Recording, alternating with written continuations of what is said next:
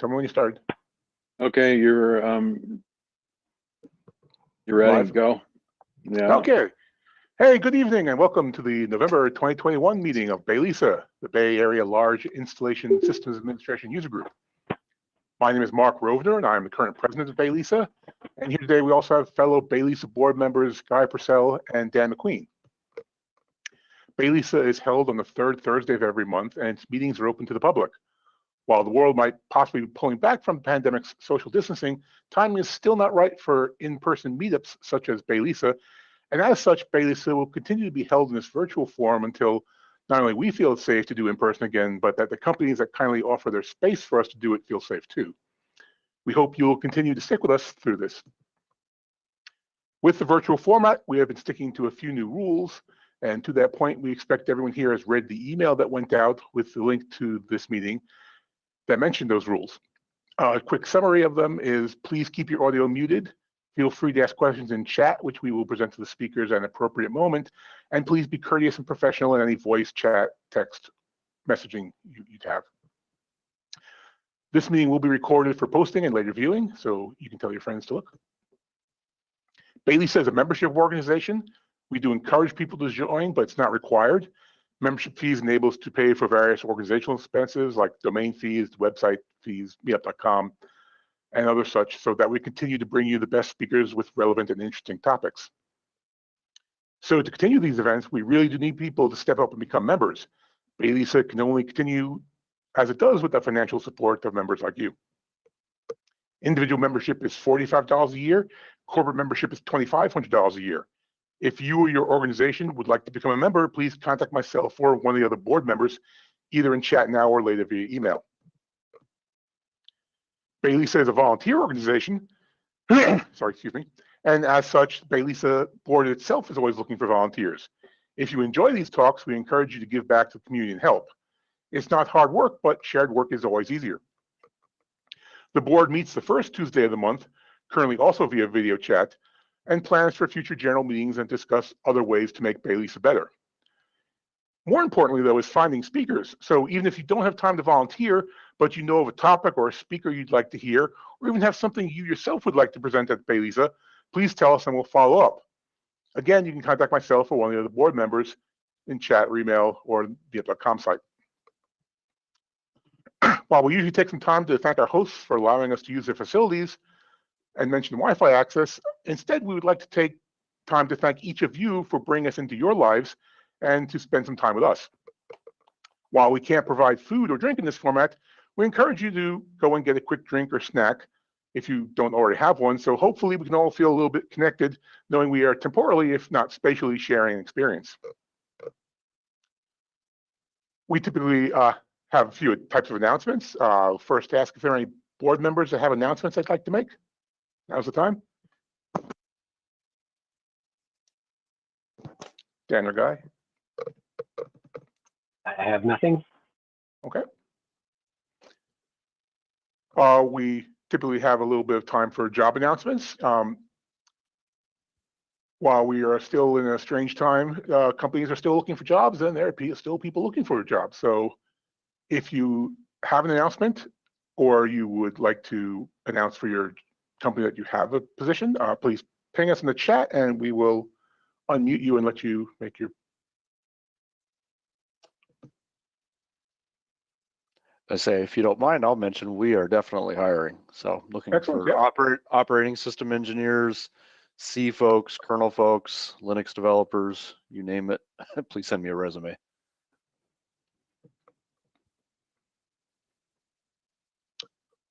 Would anyone else like to make an announcement? Guy usually has a position or two open. You caught me. I was just waiting for the oven. My wife's baking right in the kitchen around the corner, so I was waiting for the oven alarm to go off. Yeah, actually, I work for LinkedIn, and we have on my team one position open. We have a member who's moving elsewhere in the company, and at the end of the year, so starting in January, we will have that position open. But we're starting our search early because it takes a while. So if you are or know someone who is a senior or above system engineer and would like to work for LinkedIn, please get in touch with me. I'll leave my email address in chat. Thanks. Thank you, Guy. Is there anyone else who'd like to make a job announcement?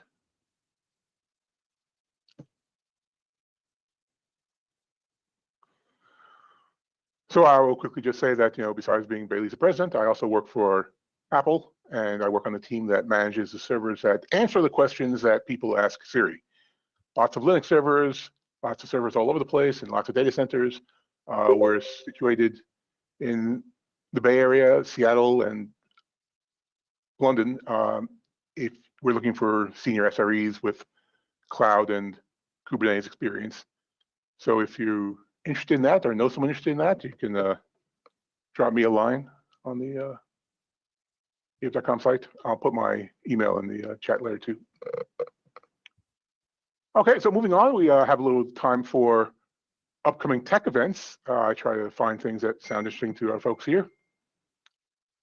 On December 2nd, Platform 9 is having a Kubernetes working session titled 0 to K8s in 24 hours. I'm sorry, in 2 hours. This will be a step-by-step workshop deploying a Kubernetes cluster using Platform 9's managed Kubernetes solution, but using your own personal free tier account. I will post a link in the chat for the registration page, which also has the link of how to create your own free account and a link to the tutorials for those who want to get a jump start on that stuff.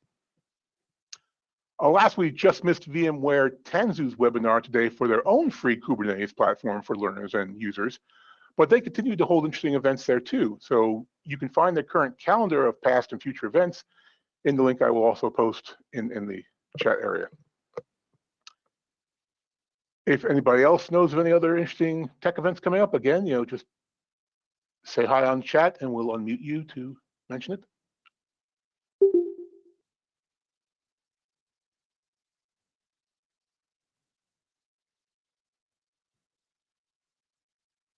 Or not, it's getting the end of the year. There are fewer and fewer events going on with the holidays, but we try to keep up on it. Okay. One final note before I get really started. We're looking to hold a regularly scheduled short but cool session next month. But to make that work, we need folks to volunteer to speak. We're looking for 3 to 6 short, like 5 to 10 minute talks about something cool as it relates to the field of system administration and engineering. Have you found a new way of installing Kubernetes on your smart fridge? Do you have some tips or tricks you use to control all the things? Do you have an IT horror story that can serve as a cautionary tale for others? No time like the present to share. So contact myself or one of the board members and we will schedule a slot for your presentation. Okay, so now on to the good stuff. No matter what you and your company are doing with computers, odds are you have to deal with storage. And storage has been on a bit of a roller coaster for the past 2 years. While cloud and serverless compute want to distract you from thinking about the pink storage elephant in the room, persistent storage is still required by many projects. IX Systems has been providing commercial and open source storage solutions for quite some time now, and just as storage itself has changed, IX Systems solutions have evolved. Tonight, we have the Senior Vice President of Engineering of IX Systems here to share with us some of the new features of their open source storage software and TrueNAS systems, and how they might be storage solutions you're looking for. So please help me welcome Chris Moore with his presentation, TrueNAS Scale, Open Source, Scaled HCI, and Kubernetes Storage. Thanks, Mark. Let me go ahead and get the presentation going here. Okay, you guys can see the slides again? Yep, I see heads nodding. Okay, awesome. Yes, we can see. Okay, good deal. So thanks for the introduction. So again, SVP of Engineering here at IX Systems, and really quick, just gonna kind of set the table for us as we dive into this talk. What to expect. So we're gonna be covering a little bit of history, what TrueNAS is, TrueNAS Scale, what all these products started life as and became. We're going to talk about all the new features coming in TrueNAS Scale, which is the new big project we're here to talk about today. But towards the end, I'm going to have a small little FAQ section where I've tried to pre-answer some of the questions that I expect we may get from the audience, since these have come up a lot over the last year anyway. So if you want to wait till the end to ask your questions, go for it. I may already have it answered. Otherwise, toss them into chat and I'll be happy to answer them towards the end of the talk. Without further ado, let's go ahead and dive right in. So we're going to start with a little bit of a history lesson. We're going to take a look at the road that's led up to this point. And what would be a good talk without a good little history lesson to go with it? So let's get started. So 2005, the Genesis, FreeNAS has launched based on FreeBSD 6.0 using UFS storage. So yay, 2005 is a while back now, but that was an exciting time. Originally, the project was based on MonoWall. If you've been around a few years like I have, that was a fantastic little FreeBSD router project, which somebody in turn, Olivier, went ahead and took that and turned it into FreeNAS. It also spawned some other projects you may have heard of, like pfSense, OpenSense, etc. Then it comes 2009. IX System acquires ownership of the FreeNAS project, ironically, to prevent the move to Debian, which we'll talk about here in a little bit. And then in 2010, the really big game changer landed. That's when ZFS gets introduced into the FreeNAS project, and the world just kind of changes. That's when everything clicks. And then in 2013, we enter with TrueNAS. That's the enterprise version, which of course is based on FreeNAS, the open source edition. That starts bringing features like HA support, fiber channel, some other things to play. And then, fast forward a little bit to 2020, we get to a unification event. So this was just a couple of years ago where we, on the IX side, made the big decision. We had to talk about this for quite a while and really wrap our heads around how this would work. But we unified the project. So FreeNAS and TrueNAS became TrueNAS with a couple different additions. Core, which is the successor to FreeNAS, of course, fully open source, free to download, etc. And then Enterprise, which again is the classic TrueNAS Enterprise system. And then fast forward to today, we're going to be talking about TrueNAS Scale, something a little different, which again, the irony I referenced before is now we're talking about a project based on Debian Linux. Here we are. Almost 12 years later, going full circle. But we have some RC and beta versions out now, and we're going to dive into what those bring to the table. So let's see here. So let's get started with how is Scale diverged from what we know as classic FreeNAS or TrueNAS. So when we were planning the launch of TrueNAS Scale, we knew we were going to be bringing something new to the table, but we had a lot of interesting decisions we had to make. We had made the decision kind of at the forefront that we were going to be doing something on Debian Linux. There were some reasons for wanting to go that route, but we had some bigger decisions to ask ourselves. Did we want to start from scratch? Were we going to build something just completely from the ground up? We've done that before at IX, and we decided we wanted to avoid that route. So we instead decided that over the previous few years, we'd work to make the middleware pieces of TrueNAS, or FreeNAS still at the time, which is all Python, REST, WebSockets, a full API. We decided to take that and make that a lot more portable, dual platform, and reuse a lot of our existing APIs so that the new project shared a common code base. Luckily for us, in the 11.3 version of FreeNAS and TrueNAS 12, the middleware had become a lot more modular, which allowed us to more easily go and port it to a whole new operating system and then start dropping in plugins for new subsystems, which we'll dive into here in a little bit, things like Kubernetes, KVM, cluster, etc. So what actually changes under the hood with TrueNAS Scale? So we're going to walk through these here a little bit. Some things changed, some things really didn't have to. So the first one we're going to talk about, of course, is the operating system and file system. So of course, we're changing from a FreeBSD base to a Linux base from core to Scale. But really the thing that stays the same that unifies the two, of course, is going to be OpenZFS. This was a huge effort and initiative on IX's part to bring unity between the two operating systems where OpenZFS was concerned. We had a several-year unification effort to go ahead and take the fantastic work which had been done as part of the ZFS on Linux project, to then marry that to what had been done with FreeBSD ZFS as well. And this culminated into the new ZFS/OpenZFS repo on GitHub, which is multi-platform. So it allows vendors like us and others to now run the same OpenZFS code across different operating systems. This was a super important piece for our goals for this project because we want the ability for users to be able to potentially migrate between editions or TrueNAS family versions and still have their data come across intact, be able to import the same pools verbatim.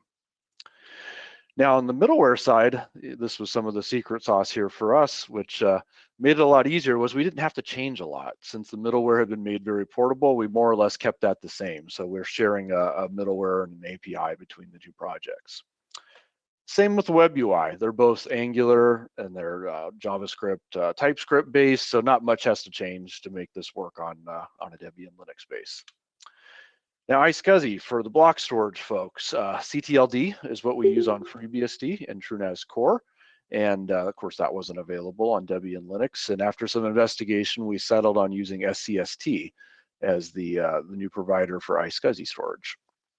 And that provided a pretty neat mix of features and performance and some things we hope to build on in the future. On the NFS side, similar situation. There was a built-in NFS server on FreeBSD, which of course was not on the Linux side. So we took a look at our options and settled in on NFS Ganesha.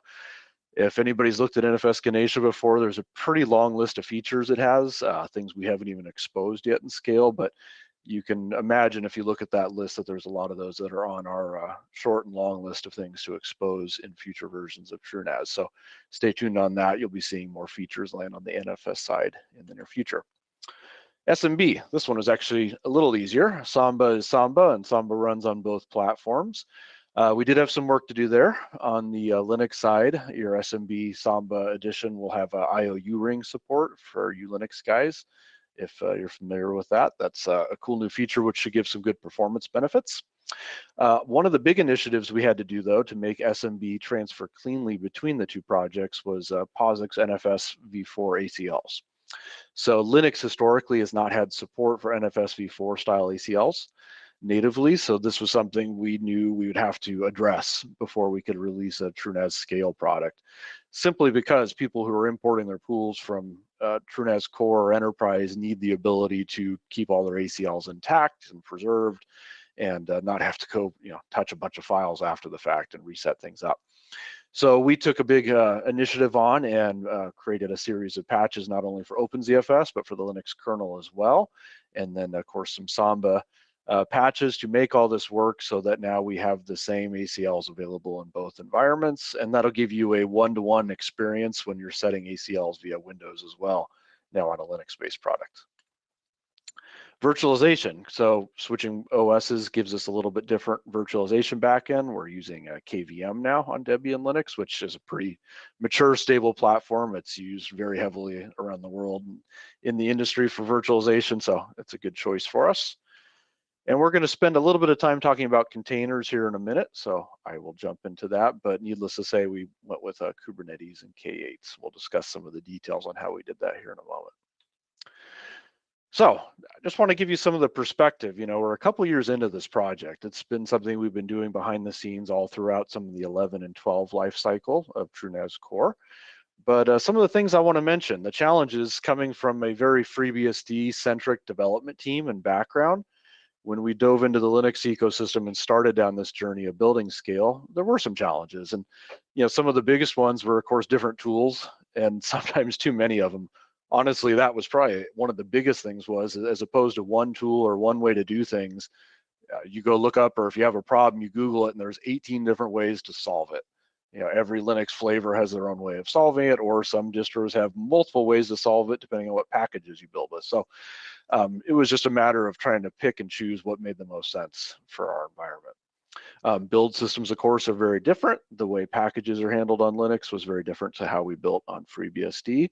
And of course, it was a lot more of a do-it-yourself environment. You're taking a kernel and then stitching all the components together, which has its pros and cons, but it was a little different for us to wrap our heads around.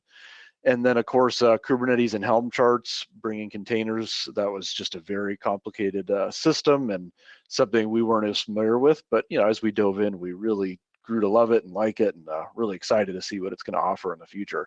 So those were really some of the biggest challenges, but weren't that bad. It was actually a pretty smooth process all in all. And so far, what we found from the testing and the feedback from our community is that support's been pretty good. Linux support for hardware is pretty great, which we expect is going to unlock a lot more options for people, the DIY crowd who are building on maybe older, more exotic hardware, or maybe even newer hardware. You may find that it's a little bit better supported out of box. So some of the issues that weren't, some of the things we were afraid of that end up not being a big deal at all. So systemd, I want to touch on this. This was kind of a big no-no in the FreeBSD world and the thing we all ran away screaming. But honestly, it was a non-issue. If anything, once we dove in and started really integrating our TrueNAS middleware and our system with systemd, it's a really nice improvement, and a lot of our team has kind of grown to love it. I know it's weird to say that as a BSD guy after so many years, but if I had to make an analogy, it's kind of like driving a Model T and then complaining about your neighbor's Tesla. It's like, it's just not even the same thing. It's just a completely different product. And systemd, for all its warts and flaws, it really is in a different class. So that enabled us to do a lot more stuff about how we're going to manage services and handle dependency resolution. A lot of subsystems now take advantage of that in TrueNAS Scale. Licensing, this is a big one we talk about on the BSD side, but honestly wasn't an issue for us in this endeavor. We're already an open source project. We've already had a large mix of BSD, GPL, CDDL for ZFS, Apache, MIT. I don't even know if I could rattle off all the different licenses we have in it, but switching to a GPL licensed kernel and toolchain had pretty much zero impact on us. We open source everything anyway, so no major change there. Packaging was quite a bit different, just getting used to Debian package systems, apt. The nice thing is they were very mature, and it was very easy for us to quickly get up to speed on how to use them. A little bit of a mind shift in that FreeBSD, we always built everything from source and everything had to be compiled for every build. On Linux, we found that was unnecessary. So we're able to iterate and do builds much, much quicker now and only build from source the things that we absolutely have to, where we have our own local patches. But mixing and matching just really wasn't an issue once we got into it. And community, honestly, the community has been very helpful. And a lot of times we don't have to directly engage because the community is so large. When we did have issues or questions, a lot of times it was a matter of just going and Googling it and finding a forum post where somebody had run into the same problem 6-12 months ago and already solved it. And we didn't have to really go and find the keepers of the esoteric knowledge to solve trickier issues. So let's move on a little bit here. So TrueNAS Scale, the UI, I mentioned, of course, there really wasn't anything we had to do to build the UI on TrueNAS Scale, but we knew we had an opportunity here to make the UI potentially better than ever before. So we didn't want to waste that chance. So we're going to take a little bit of a history dive here. So brief history of the FreeNAS UI. I don't know how well you can see it on your screens, but as I mentioned, FreeNAS started off as a fork of MonoWall, which was written in PHP back in the day. And then over time, IX took it, rewrote it into Python using Django as the interface framework. And it was functional, it worked, but it wasn't pretty. It was good for the era. Then later on in the 11 series for FreeNAS, and then became TrueNAS, we went and rewrote a lot of that into Angular. Makes it look a little more modern, a little bit shinier, the more animations, and it just works better in modern browsers. This also forced us to start using APIs 100% for UI operations. This was an important detail as we went into this project. The Django UI was able to cheat in a lot of ways. It wasn't 100% API driven. And then, of course, shifting to this full API-driven UI let us remove all the legacy Django code, remove all the bits that cheated, and focus on the middleware being just a pure REST API. And that makes it highly portable between the operating systems and gave us an opportunity to do some neat stuff that I'm going to talk about now. So the TrueNAS UI, TrueNAS Scale. So anybody who's coming from FreeNAS or who's on TrueNAS Core 12 today, probably the biggest thing people are going to see when they first log into a TrueNAS Scale box is, what happened to the left menu? Like, it's short and small. Where did all my pages go? So FreeNAS and TrueNAS users, I actually went and did a count this morning. On 12.0, we're at 61 pages on that left menu right now, just to give you an idea how many things are there, how many options show up. Matter of fact, clicking the System tab on TrueNAS Core and Enterprise today, we'll even scroll off a 4K monitor just because there's just so many options to choose from. We knew we could do better on that and make the system a lot more user-friendly and accessible to people, especially if they're coming into a storage system without any real previous experience. What's interesting is you can really see the legacy of FreeNAS to TrueNAS to TrueNAS Scale. Looking at how the UI has evolved over the decades, it was very organic over the last 10 to 15 years. You could see as new pages got dropped in, as features added. So for Scale, we said we need to go back to the drawing board. Let's clean this up. Let's make it just a lot more user-friendly. And I think we've succeeded in many ways, which let me go ahead and show you here a little bit of what we did. So we'll start with the dashboard. The dashboard's gotten some love in Scale compared to the 12.0 user interface. You can now configure the dash. You are given options to pick and choose what you'd like to show up on the dash, which is great because, you know, in my case, I have a lot of pools set up and I don't want to see them all every time I log in. But also we've improved a lot of the widgets. You get a lot better live metrics and views into your system. So just by logging into the dash, you can get an idea of the health and what's going on in the system just by sitting on the dashboard for a few moments. So one of the things we did to get rid of those 60 odd pages and kind of shrink them down into a much more concise and dense view that gives you more information at your fingertips is a section which used to be 6-7 pages combined separate is now been combined down to a single dash. So for example, data protection, this used to be 6 or 7 different pages for replications, rsync jobs, snapshot tasks, and you had to navigate away and back and forth to look at them all, and it was a lot of clicking. With the redesign we did with Scale, we were able to combine that down to literally a single page, where with one click, you can now view all your things related to what we call data protection, which are going to be tasks again, like scrubs, backups, cloud syncs, replication, your smart testing, etc. And what's really cool is all these elements are being updated dynamically. So if something changes, it'll be reflected on the screen. And everything is now clickable. So by clicking on any of the elements, you get nice little slide out menus that show up. You can make changes. The changes are reflected immediately. You can click off it and it'll go back and hide.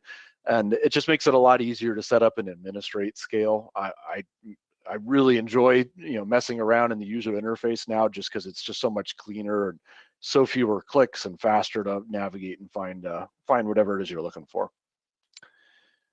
So in summary, I think you're going to find on Scale that this is probably the best user experience you've ever seen on any FreeNAS and TrueNAS product. And we already have a list of what we want to improve as future versions of Scale come out. So you'll have to keep an eye on this as it evolves over the coming years. So let's talk really quick about containers. This is one of the biggest things people are really excited about in the TrueNAS Scale community.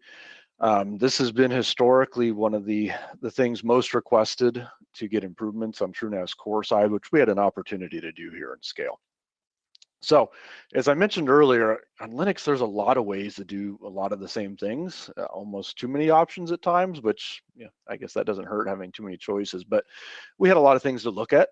And over time, we evaluated some of the different options and eventually settled in on using Helm and K3s actually as our backend for doing Kubernetes. So for those who don't know, K3s is a little bit lighter weight implementation by the guys over at Rancher, who have turned that into a full-blown Kubernetes setup, but a lot simpler. It's one binary to deploy. It's a lot cleaner for somebody like us to come and integrate into TrueNAS. So we took that and married it to Helm charts to make that the basis of our new TrueNAS apps framework.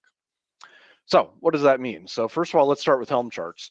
So anybody who's familiar with the Kubernetes world, maybe has run into Helm charts already. They're pretty cool. You can do lots of stuff. With Helm charts, instead of defining just a single application, you can be defining groups of applications, pods. So you can have your web server bundled with your database with different pieces to make a nice functional application. Really cool. But we had to have a little twist here because it's TrueNAS and not everything worked great for us out of box, but we need to have some UI-driven interfaces. One of the issues was Helm, of course, in Kubernetes is designed more to be used programmatically and for defining a YAML and sending jobs off, which is great, but we want a point-and-click UI. So in TrueNAS, it's not uncommon when you're setting up applications. A lot of these apps have a lot of configuration knobs, which is handy to have show up in the UI. Things like setting passwords or drop-down selections to change different configuration options. So we took the Helm charts and extended them to add these interface elements so that we can now, as you're defining an application, say, here's the configuration I'd like to expose to the end user. And they don't have to go edit edit a YAML file or do anything at the command line to go and make changes now. You want to turn on an option for Plex or for Nextcloud, just a couple clicks in the UI. So that was very important. And of course, putting descriptions on everything to help guide the user, that was important. So I have the link to the repo down in there if folks want to take a look. Again, it's more or less Helm charts, but with just a little extra twist that makes it work better in TrueNAS. So what does that look like today? So in TrueNAS Scale, there's this nice new little app section. And so we have a few apps by default. This is in our official repo. So you get a few of the more common ones. Plex is still one of the most popular ones with our home users. But of course, you can get into enterprise and start deploying MinIO or Nextcloud. So it's good to see. But what's interesting, and we'll get into in a moment, is a little bit about the community apps we've built as well. But before I dive into that, I wanted to show you an example of what I meant by UI driven. So as opposed to going and deploying Helm charts, which again, very manual, command line driven, everything is done through nice, neat, clean GUI wizards. So you get a nice overview, you can go and find out information about the app, and it's gonna guide you through the deployment process. So if there's any options you need to set, the wizard's going to take you right through it. We'll give you descriptions. We'll be able to just hold your hand the whole way through, because some apps are more complicated than others. Yeah, Nextcloud is a good example. There's a lot of knobs there. So what's supported today? So as I mentioned earlier, we're in release candidate phase with the full release coming out here soon. What's supported right now is, of course, passing through host volumes. Of course, we're a storage platform, so you want to be able to share your data with your containers. GPU pass-through, that's a biggie. People have been asking for that for years, and that is now fully supported. Being able to upgrade and downgrade applications on Scale, that is fully supported. Custom user-created catalogs, I'll show you an example of that here in just a moment. And then launching vanilla or non-Helm container images. So what do I mean by that? What I mean by that is we have a lot of folks who say, I just want to run Docker. I want to run Docker. I want to run Docker images. Okay, well, I get that. And we had reasons for saying we want to do Kubernetes, but there's no reason not to allow you to run Docker images as well. So one of the features we added was the ability to say, I'd like to just deploy a Docker container, and TrueNAS does all the heavy lifting in the background to convert that into a Helm chart, deploy it through our Kubernetes framework, and it shows up and you can interface with it just like it was a Kubernetes app, which is pretty cool. That was a big effort on our part, but it's come across and works really, really well, I think. And is great because there's a zillion Linux containers out there that maybe haven't been converted into Helm charts, or people are spinning their own and just want an easy button to go deploy something. And as I mentioned, GPU pass-through, this was a big one. This has been requested for years. We made that as simple as we possibly could. If you have a supported Intel chip that has GPU acceleration, or you have an NVIDIA card, and we do ship the drivers that can allow you to access those by default, when you're going and deploying an app, you just get an option. A drop-down will appear, and you can say, I want to assign a GPU to a container, which is pretty stinking cool. So what's not in Angelfish yet? This is the first release of Scale. The things we do not have yet in is clustering. We're operating as a Kubernetes cluster of one at this point, but of course we intend to extend that down the road so you can build a cluster and then now have your apps move around in the cluster. And resource limiting, those options are not exposed yet today in Angelfish, but that's on our roadmap as well. And I mentioned third-party app repos. One of the cool things we did here is we wanted to open this up. We have a really vibrant, dynamic community of FreeNAS and TrueNAS enthusiasts just all around the world. They've made some really amazing applications on TrueNAS Core, and we assume people are going to do the same on Scale. What surprised even me, though, is how fast people started doing it. So I had to give a special mention to truecharts.org. These guys, a group of folks who went out and just went nuts building a whole huge catalog of applications. I'm not even sure what they're up to at this precise moment, but as you can see, if you go and register with TrueCharts and the TrueNAS interface, all of a sudden a zillion new applications start showing up. And what's cool is anybody can go spin one up and run their own application repository. It's as simple as forking something on GitHub and then just giving people that URL. All right, so let's talk a little bit about scaling out. You know, if we're going to call it TrueNAS Scale, let's talk about the scale out situation. So historically, TrueNAS has always been kind of a scale up solution. It's ZFS, which means you can attach tons of disks and you can build very large arrays. But with the creation of Scale, we had an opportunity to add a scale out capability to our playbook. So we took a look at some different options and ended up settling on using Gluster as kind of the back end for this. So we were looking for an open source solution, something that could coexist very well with ZFS. In other words, it could run on top of ZFS and didn't require us divvying up disks between ZFS and then some scale out solution. We didn't want administrators to have to make that choice and be constantly juggling, what they use for one pool versus the other. We were also looking for something with a mature code base, which Gluster had, and a community we could work with. We're actually working hand in hand with some of the original Gluster founders right now on some new functionality, which is pretty nice. One of the things that we're wrapping up with them is a native ZFS snapshot support, and I'll give you an example of what that actually looks like here in a moment. So how does scale out work in TrueNAS? So suppose we'll just take 3 systems. That's 3 is a good number to start a cluster with. So the way this works today is your 3 systems, they'll each have disks and they'll each have your ZFS pool set up, however you lay them out. So TrueCommand, which is our single pane of glass application, this is the thing that really runs the show when clusters are brought to play.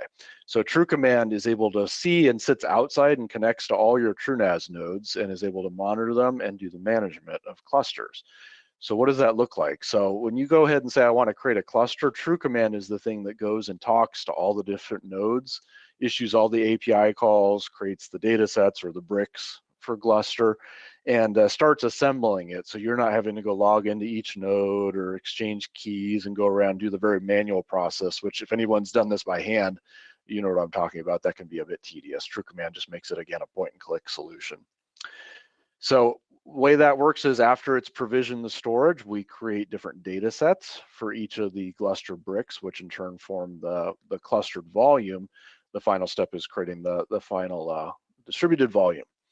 And then lastly, once this volume is created, it's pretty much live and ready to go. So at this point, you could potentially use the Gluster Fuse client to connect right into it.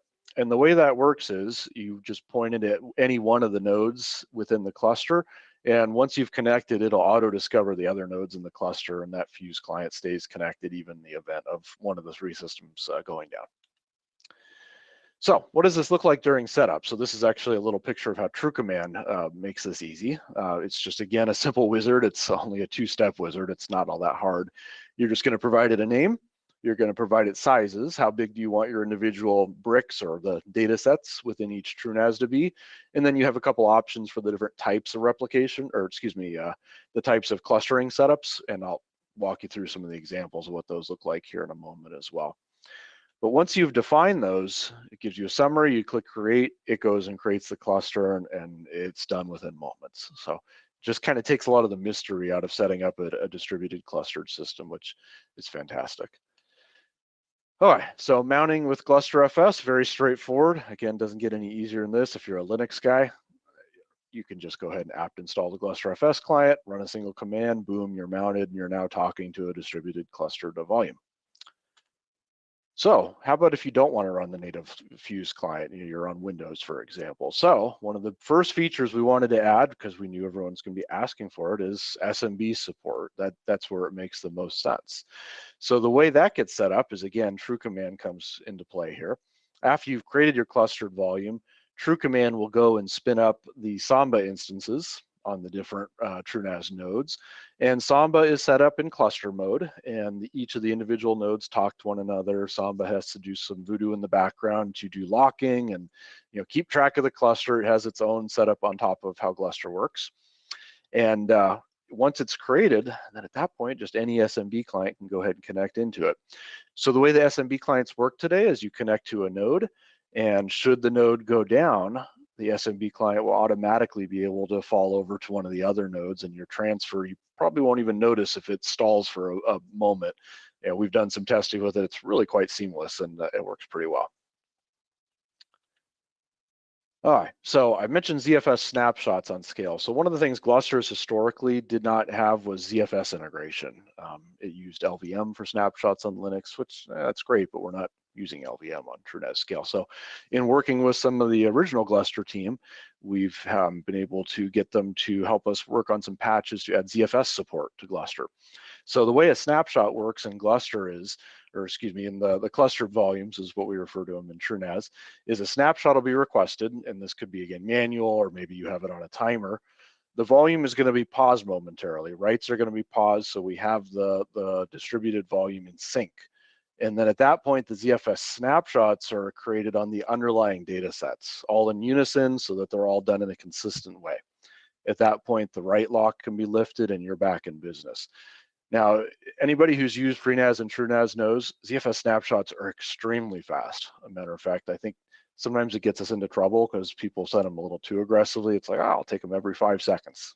Probably don't need it every 5 seconds, but it's fast enough that you can do that and not really worry about it until you wake up and find out you have 100,000 snapshots one morning, and it's a little more difficult to clean up. But in this case, we think it's going to be a great solution when working with a cluster as well, because it's going to make the cluster-wide snapshots very quick and very efficient. So we expect, again, people will be able to do pretty aggressive snapshot schedules in a clustered environment. So what type of clusters are possible? So I'm going to throw some terms out here, but we're going to go through and kind of talk about what some of these actually mean when you go and deploy a cluster setup. So first type is distributed. So this is similar to setting up a distributed volume or a striped volume in ZFS. This is with no redundancy at all. This is just, I just need some capacity. I don't care about redundancy. I don't, you know, if I lose a node and I lose the whole volume, I can live with that. So I don't imagine a ton of people will want this, but it is an option. So just be careful, make sure your data is backed up if you go and deploy in this manner. Now, this is where it gets a little more interesting, is when you start setting up things like replicated volumes. So in this example, you might have 2 systems and you're doing a mirror essentially. So this is going to replicate files across the different bricks in a volume. This type of setup isn't going to give you capacity because, again, it's a mirror, so you're not really gaining any capacity, but it could give you improved read performance and, of course, redundancy, more of the high availability and high reliability. Now then you can go a step further and start doing things like distributed replicated. So this is where you go ahead and create different volumes and you distribute. So you have some striping within pairs. This can give you not only some capacity play, but also some improved read performance and, of course, the redundancy. As you start moving up the chain here, you'll probably find that you want a few more nodes. So instead of doing a 2-node system or 3, maybe we'll start getting into 4 or 5, 6 or more. But it opens up some more options for deployment now. Dispersed, which I apologize, I don't have the nice screenshot, which I shamelessly ripped off from some of the Gluster information that's out there because they're great pictures. Dispersed are interesting, and this is the one I actually play with the most. This is erasure coded distributed cluster setups. This one's interesting because it's able to repair pieces of files. It doesn't have to store whole files on nodes. It's able to store fragments and then repair them. So you have a lot of different options you can set for redundancy. So for example, if you build a cluster with 7 nodes, you can say, I want to be able to withstand 2 nodes going offline before I have any chance of losing any data. And you can tweak that and say, no, I want to make sure I can withstand 3. So it's nice.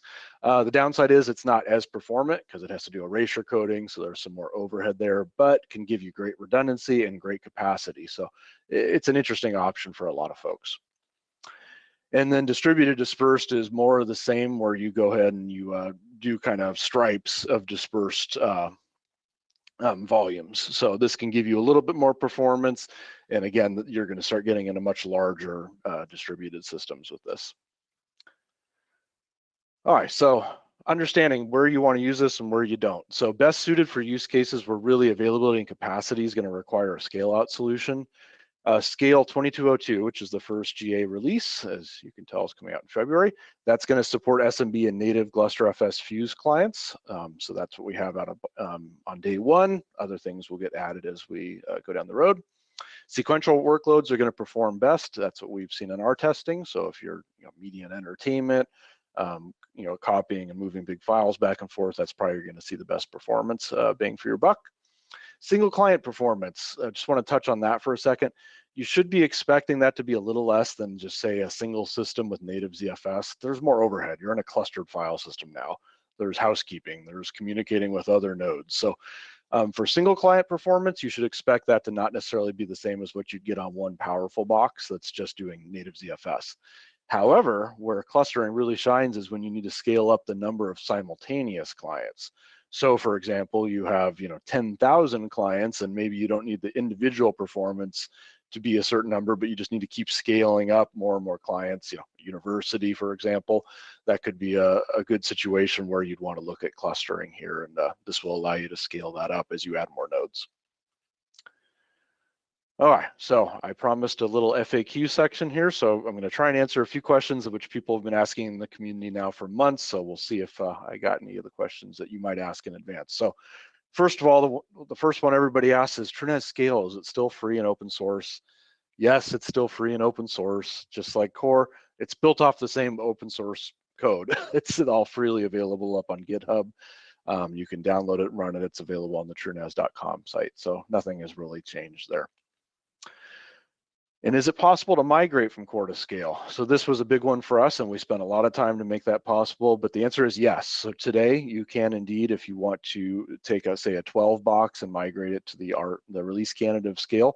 The way you do that is you boot the Scale installer, and at the installation time, it's going to detect that you have a previous TrueNAS installation and ask if you want to preserve the existing configuration.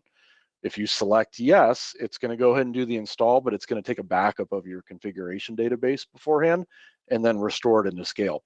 So things that transfer over as part of the migration, for example, your network config. So if you've got your static IPs set up and your routes and your DNS, all that's going to come over. We're able to do some magic to match the MAC addresses of interfaces to make sure that the old FreeBSD interface name transfers over to a different Linux name because different drivers, and all that should just work. Your shares should come across, so SMB, NFS, iSCSI, those settings will come across. VMs will even convert over as well. You'll have some new options potentially to set. Once you migrate over, you might have to go in and tweak some settings for your VMs, but the data will still be there. The VM, the guest OSs will still be there. Things that won't migrate, which I have to mention, plugins. Of course, those are FreeBSD based on jails. Those are not going to cleanly migrate over. The data is still going to be there. You're not going to lose anything. It's just they're not going to show up in the UI on Scale. So you'll have to go either spin up the equivalent application and then migrate data in, or make some other arrangements on how you want to migrate those between the systems. And I think that's all the major stuff to mention on the migration side. So again, this one came up a lot and has still come up occasionally on our forums too. Well, why did you do Kubernetes and not Docker? Docker is simple or basic. I know Docker. Kubernetes is new and scary. So we did evaluate a lot of options early on. We're doing a scale out system here. We're doing clustering with the storage side. We want to do scale out applications and VMs as well. And a Kubernetes implementation really made the most sense when we were looking kind of at the longer term and where clearly the industry is going. Kubernetes seems to be the king. And also we started looking at down the road at our future plans. We want to look at using KubeVirt. I don't know if folks have ever looked at that before, but KubeVirt is a way of adding virtualization into Kubernetes. So you can take the same systems that you use to deploy containers at scale, and now you can do it to mix and match with VMs as well. So it really made this an obvious choice for us. And then what about VMs on Scale? So I didn't mention a lot about that in this talk. So KVM has replaced Beehive as the default virtualization backend. We've added a few features. You can also do GPU pass-through for VMs now, which is kind of cool. That's been something people have requested for a while. Not a lot of other changes at the moment in the UI. For this initial release of Scale, we've been spending a lot of cycles on the scale out storage functionality and containers. Those were pretty big pieces to bring in. But as you can imagine, KVM gives us a lot of unique things we can do down the road. So future improvements are planned. Just stay tuned. I think you're going to see some neat stuff happen there in this space. All right, are there more releases planned for Core? Are we sunsetting Core? Well, no, sorry, I should have read that differently. No, we're not sunsetting Core. TrueNAS Core Enterprise 13 is actually under development right now. We have plans to launch that in early 22.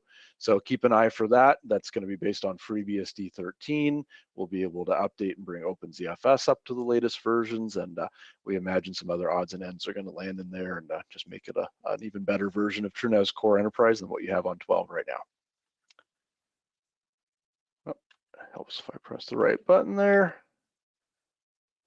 Okay, how can I develop custom apps for TrueNAS Scale? Again, as people are figuring out, ooh, I can build cool catalogs for Scale. We have all the information online on how to do that today. As a matter of fact, a very active community already is doing that. So there's lots of folks to talk to, either on our forums or our Discord servers as well. Most of the Helm documentation directly applies for creating Scale apps. So if you're already familiar with Helm, you have a huge leg up, great. If you're not, it's a little daunting at first, it was for me anyway.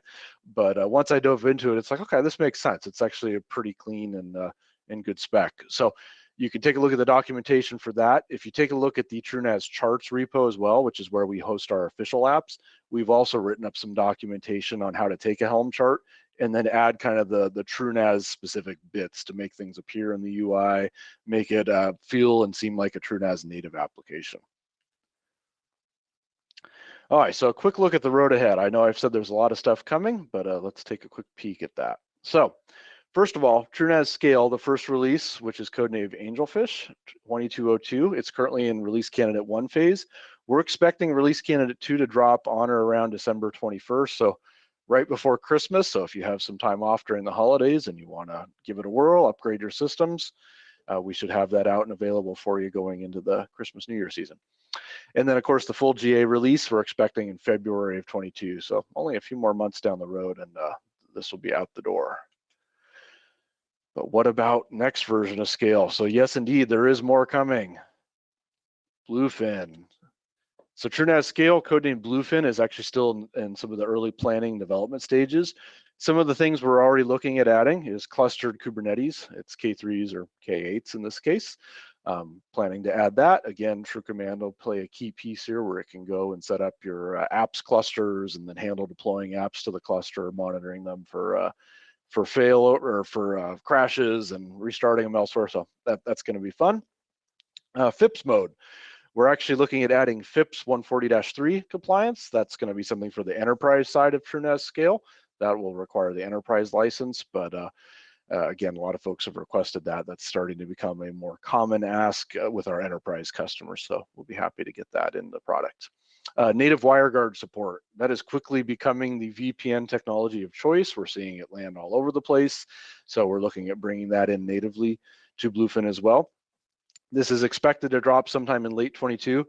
There's other features which we're not quite ready to mention just yet. We will announce here in the coming months on what we expect to land, but some other good stuff is happening in the I guess, version 2 of TrueNAS Scale, if you want to call it that. So with that, I want to go ahead and end here. I have a link to the slides if anybody would like to grab them and take a look at any of the information we had here.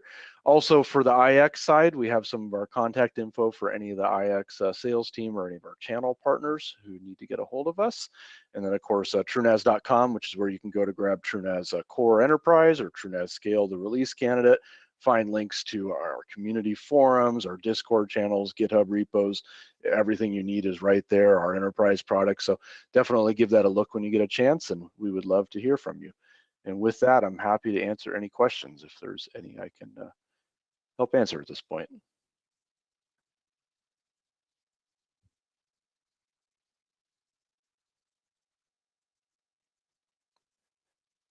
Let me see here. I don't know, Mark, if any questions have come in on your side or if we need to throw it open for that. Yeah, I don't see any questions on this side. Dan, do you see any questions on the live stream side?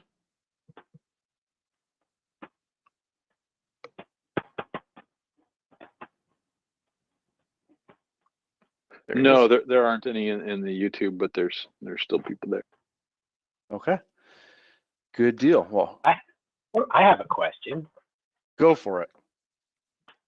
I have a FreeNAS Mini 8-bay here, and how do I get rid of that FreeNAS logo and get a nice TrueNAS logo on it?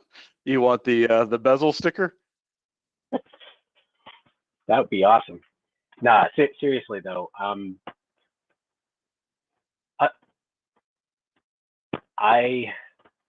so as I mentioned earlier, I work for LinkedIn. LinkedIn probably wouldn't be interested in this product just because LinkedIn is doing their own storage solutions. Sure. And has been for a while, unfortunately. But on a personal note, I have this 8-bay mini tower here. Suppose I got another one and stuck it at a friend's house. Mm-hmm. Could we cluster those two across a WAN? You can. Performance may not be great, when you're introducing that kind of latency. Typically, you'll want the latency to be as low as possible. Not that it's impossible. So if you can live with it being a little slower over the WAN, yes, but not the way I would set it up. Gotcha. So it'd be better to effectively mirror them. Yeah, it would be better to mirror them or set up some kind of sync job between the two if you were going to go that route. Gotcha. All right. Fair enough. Thank you. No problem. So I have a question. Yeah. Oh, wait, we have a question from Derek K here. Do. Hey, Derek, if you unmute yourself, you can ask it, or we can ask it for you.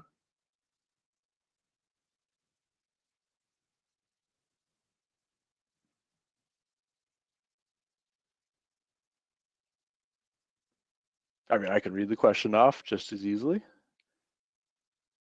So Derek has asked, can you compare jail versus container security? So similar but different implementations, of course. FreeBSD's jail system is implemented very differently from how cgroups works on Linux, kind of at a lower level. Most of the look we've done, it's very similar in the respects of it provides the same level of security for applications once inside the container or the jail. They can't necessarily break out into the host. Of course, if you mount stuff into the container or jail, you're potentially exposing that data. So if your container or jail, for that matter, gets compromised, the data that was mounted in could potentially be at risk. So keep good snapshots, keep good backups. But we see them as pretty functionally equivalent.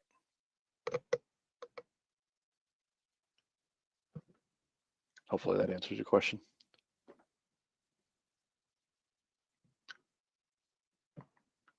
Okay. Hey, Dan, do we see any questions on the live stream side?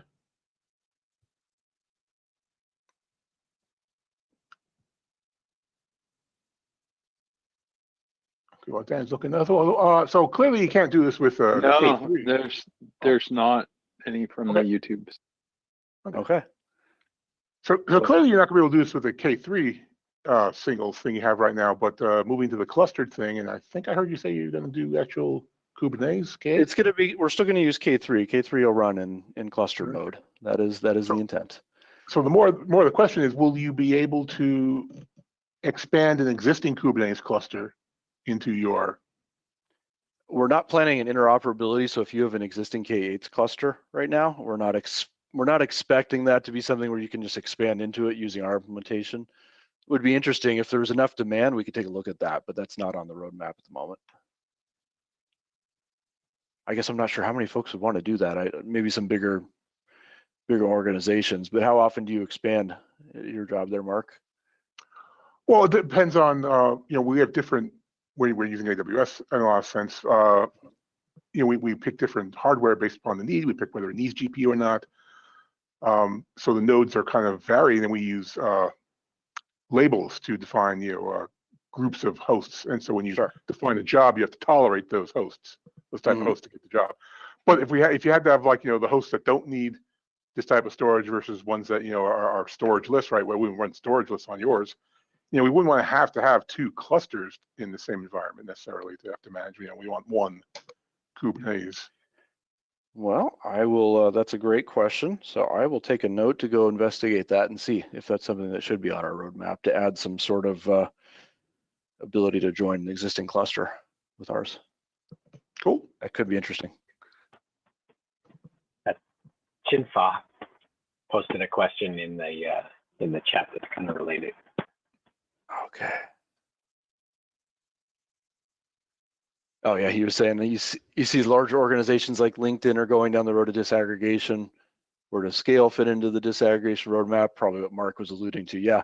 Again, today on the next iteration, we weren't planning for that kind of functionality, but it's something that we'll take a look into and see if it makes sense from the TrueNAS scale perspective. Cool. Thanks, Chinfa.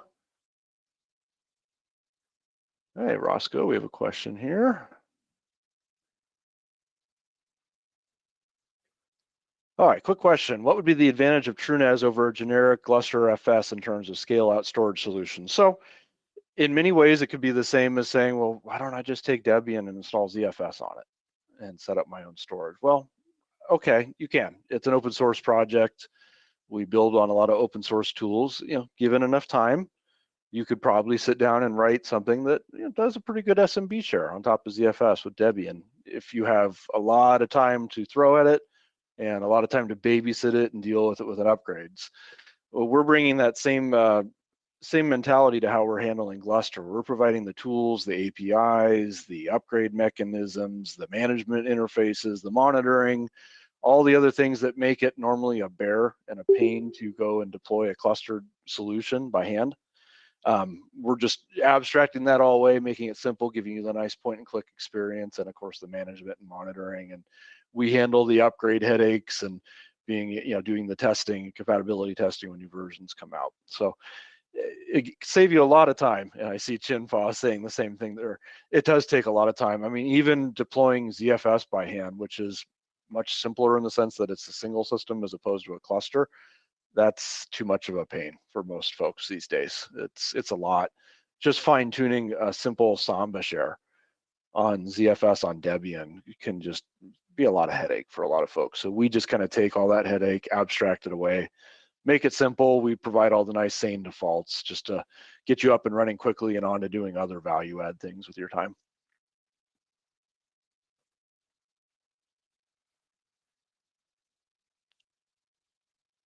You are welcome, Roscoe.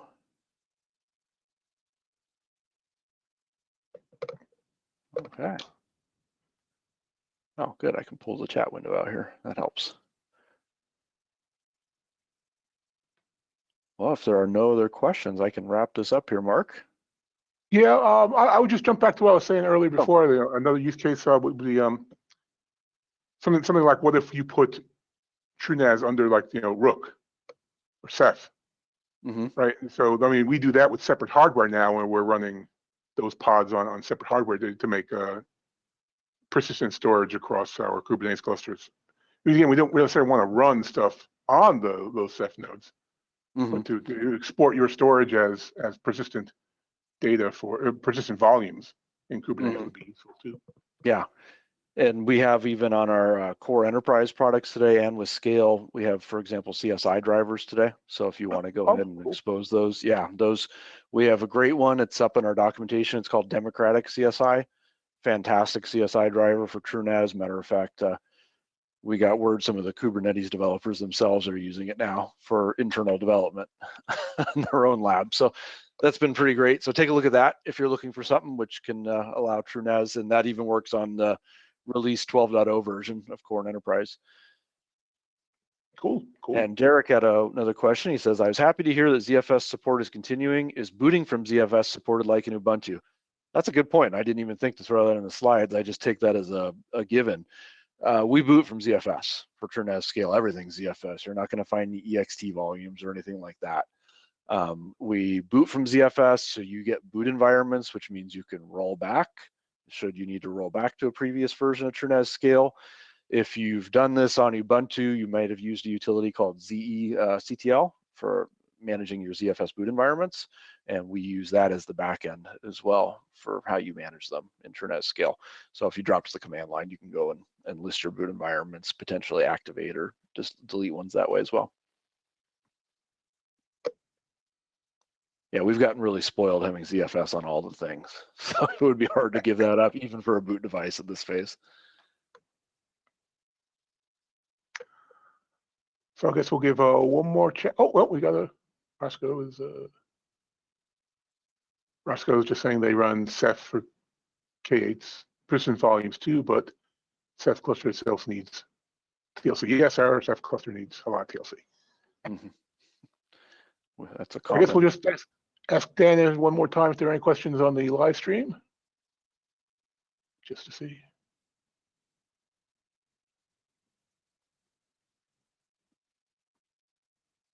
Don't want to forget those people there. Yep. Okay, well, if that's it, we would like to thank Chris and IX Systems for presenting this month. This was a great talk. I learned some things that I'm interested in following up on. I hope you too. Hope you all enjoyed today's presentation. Please send us your thoughts, comments, suggestions on how tonight's event went, if you have any, through the meetup.com site. Reminder, we are looking for volunteers for December's short but cool session in December. So submit your ideas as soon as possible.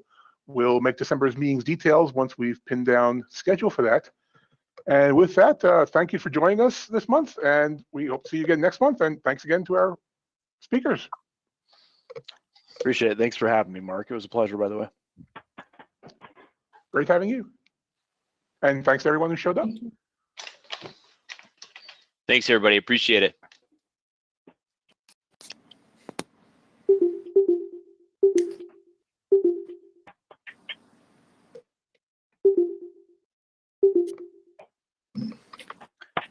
All right, you need anything else from me, Mark, or you got everything?